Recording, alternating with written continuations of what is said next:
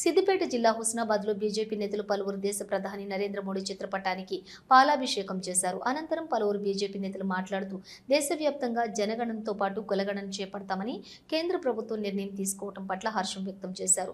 దేశాన్ని అత్యధికంగా పాలించిన కాంగ్రెస్ పార్టీ చేపట్టలేని గొప్ప కార్యక్రమాన్ని కేంద్రంలోని బీజేపీ ప్రభుత్వం చేపడుతుందని బీజేపీ నాయకులు అన్నారు. రాష్ట్రంలో కాంగ్రెస్ పార్టీ చేపట్టిన కులగణన సర్వే వల్లే కేంద్ర ప్రభుత్వం సర్వే చేపడుతోందని కాంగ్రెస్ పార్టీ నాయకులు గొప్పలు చెప్పుకుంటున్నారని విమర్శించారు.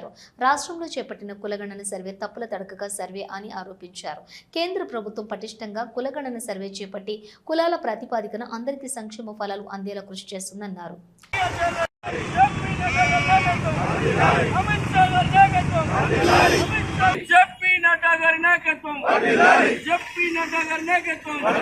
కిషన్ రెడ్డి గారి నాయకత్వం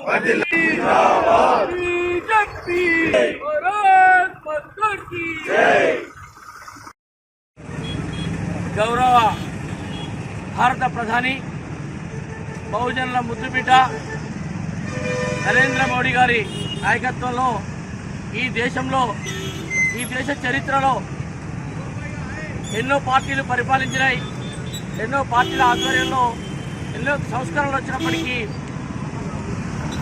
జరిగినటువంటి ఎన్డీఏ క్యాబినెట్ మీటింగ్లో దేశవ్యాప్తంగా జనగణన చేస్తూనే జనగణనలో కులగణనను కూడా తీసుకువచ్చి కులాల ప్రాతిపదికన కులం యొక్క సంఖ్యను నిర్ధారించి తద్వారా అట్టడుగు పేద బడుగు బలహీన వర్గాల అభ్యున్నతే లక్ష్యంగా దేశం యొక్క స్వతంత్ర ఫలాలను అభివృద్ధి ఫలాలను అందించాలనే లక్ష్యంతో గొప్ప చారిత్రక నిర్ణయం తీసుకోవడం జరిగింది. ఈ చారిత్రక నిర్ణయాన్ని ఈ దేశాన్ని అత్యంత కాలం పరిపాలించినటువంటి ఒక పార్టీ ఇవాళ మేమేదో గొప్ప చేసినాం, మేమేదో ఘనత వహించినాం, ఒక రాష్ట్రంలో మేమేదో తయారు చేసినామని చెప్పేసి తప్పుల తడక రిపోర్టులు తయారు చేసి బీసీలలో ముస్లింలను కలిపి ఎస్సీలలో క్రైస్తవులను కలిపి బెదిరిస్తేనే మరి కేంద్ర ప్రభుత్వం చేసిందని చెప్పి ఈరోజు స్థానిక మంత్రి పొన్నం ప్రభాకర్ గారు కానీ మరి ముఖ్యమంత్రి రేవంత్ రెడ్డి గారు కానీ మరి ఈరోజు వాళ్ళు దబాయింపు చర్యలు చేస్తూ ఉన్నారు. కానీ ఈ సందర్భంగా మేము వారిని ప్రశ్నిస్తూ ఉన్నాం.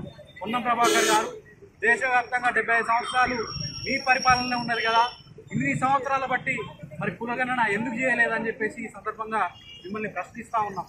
ఈరోజు దేశ ప్రధానమంత్రి నరేంద్ర మోడీ గారు కులగణన చేస్తే ఈ దేశంలోని అందరికీ సమాన హక్కులు మరి కల్పిస్తాం, అందరికీ కూడా ప్రభుత్వ ఫలాలు ఏవైతే ఉంటాయో అందరికీ కూడా అందుతాయనే ఒక సదుద్దేశంతోనే కులగణన తీసుకురావడం జరిగింది. మరి ఈ సందర్భంగా వారిని మేము హృదయపూర్వకంగా వారికి కృతజ్ఞతలు తెలుపుతూ ఉన్నాం. ఈ తల్లిపుల్లి మాటలు మానుకోవాలని చెప్పి కాంగ్రెస్ పార్టీని మేము హెచ్చరిస్తూ ఉన్నాం. ఇది ముమ్మాటికి నరేంద్ర మోడీ గారి నిర్ణయం, అది దేశ ప్రజలందరూ కూడా హర్షిస్తూ ఉన్నారు. మీ నిర్ణయం కాదు, 75 సంవత్సరాల నుంచి ఏం బీకిర్రని చెప్పి ఈ సందర్భంగా కూడా మేము అడుగుతూ ఉన్నాం. కాబట్టి ఇవన్నీ మర్చిపోవాలి. దయచేసి మరి కాంగ్రెస్ పార్టీ ఇప్పటికైనా ఒప్పుకోవాలి, మీదే తప్పు, 75 ఏళ్ళుగా మీదే తప్పు, కాబట్టి దీన్ని మానుకోవాలని చెప్పేసి సందర్భంగా తెలియదు.